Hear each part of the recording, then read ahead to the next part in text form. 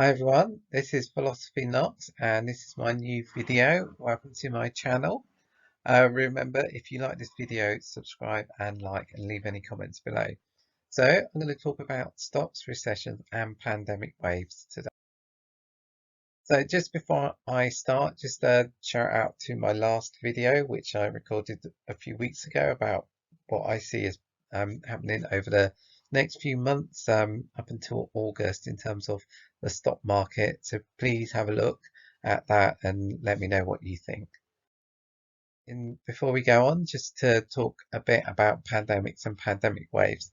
So here's some data from the UK for the last 4 pandemics that we've had. They're all influenza pandemics, not coronavirus, but there's a lot of similarities in terms of transmission and how we expect this to pan out. So I think it's a good analogy for what we expect to happen. I'll talk a bit more about Spanish flu at the end and why some of my thoughts around that and also some of the similarities and probably overlap between what's happening there and what's happening now. But as you can see, I guess my main point here for this slide is that you can see for Spanish flu, there was 3 clear waves. The first was during the middle of the year, and second at the end, at the start of the flu season, and the other in the early spring of 1919. The second is the Asian flu pandemic, which was influenza. So the first, it did actually start at the beginning of the year, but there wasn't a really pandemic wave then, first wave, even though just because the speed of spread was slow. So we only got really, even though the virus was around for a while, we only really got one big wave, and then there's a little tail towards the end. So this essentially, I mean, we could argue this is a second wave because the first wave was not detectable. The third is the Hong Kong flu of 1968, and that started June early 1968 or mid 68, and there was a small first wave before having a large second wave. And the same with swine flu. We had 2 waves. The first in the summer of 2009 and the second during the flu season around that peaked in November 2009. So these are all quite big events and probably predictive of what we can expect to see in coronavirus. So in terms of why we get waves, so just really want to show you this. So this is just a talk through of why we get waves. So we get the initial infected person, and they have probability of infecting other people.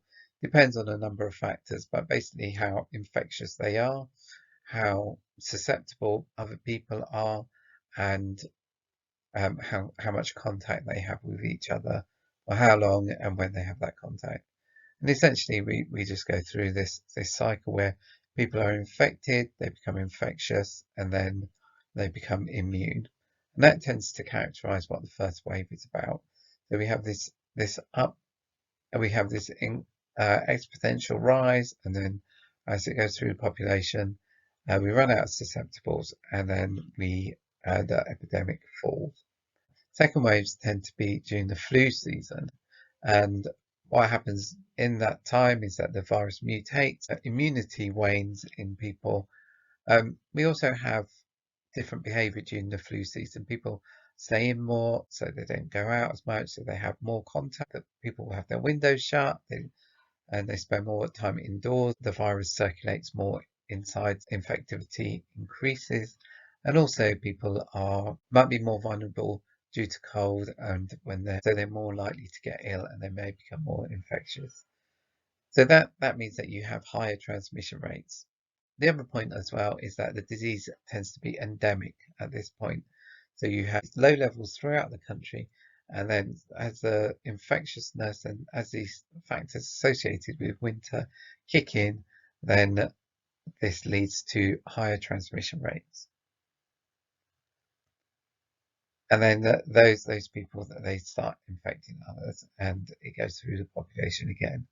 And then we get this second large wave. So what does it mean in terms of the stocks and the stock market.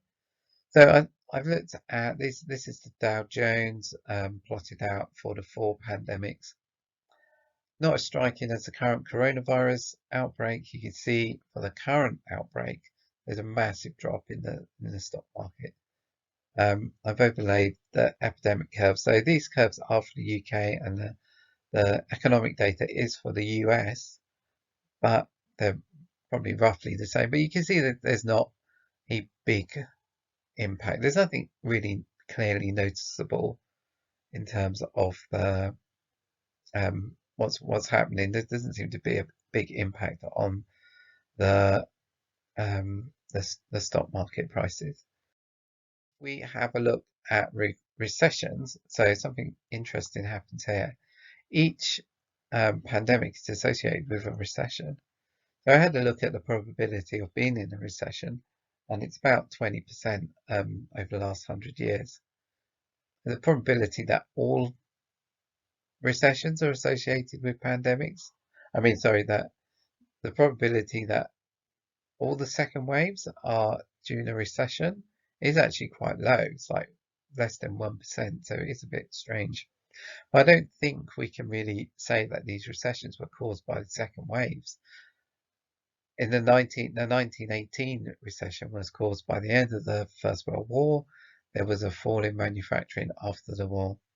The 57 and 69 recessions, again, those were more associated with the economy slowing down after boom periods. There was increases in there was just general decreases in demand and increases in interest rates. And the 2007 to 2009 recession was due to the banking crisis and not associated with the 2009 pandemic. So I don't think we can necessarily associate the two together. So what can we conclude from all of this? So a second winter pandemic seems somewhat inevitable, just based on the previous data. I think it's I think we need to distinguish between a second wave, which is currently being discussed in the media, which is due to the lifting of lockdown procedures. So in the past, there was no lockdown, so we would just get the disease going through the population until you run out of susceptible people. In this case, what we've got is we haven't run out of susceptible people, but the epidemic is subsiding because of social distancing. As soon as you remove that, you'll get another wave, or you'd expect to get that. This refers to something else. This refers to an increase in transmission rates, a mutation in the virus, and a second winter epidemic. The second thing is that the disease does not seem to be affecting the economy. It's at the moment it's a lockdown. Without lockdown, there wouldn't be this big, massive epidemic. There wouldn't be this imminent recession. Though it does look like we're going to be in a recession during the second wave. And thirdly, if we have a second lockdown, which is likely to be during the summer, during the winter, that will be optimized. We've got 6 months to prepare for it. We know it's going to come, and there might be treatments in place. The healthcare systems will be prepared. So there's lots of stuff that can happen between now and then. And I think a lot of effort's going to go into that. So the impact on the economy is probably going to be less. We don't know what the characteristics of the disease is going to be. So there's a lot that can happen between now and then. So my final point is just around the 1918 pandemic. And it's often said that it's flu, but there were some very odd characteristics to the 1918 pandemic. People were infected multiple times in a short period of time, which is quite unusual for flu, which tends to mutate over longer periods of time. We are seeing some levels of reinfection with coronavirus, though it's not.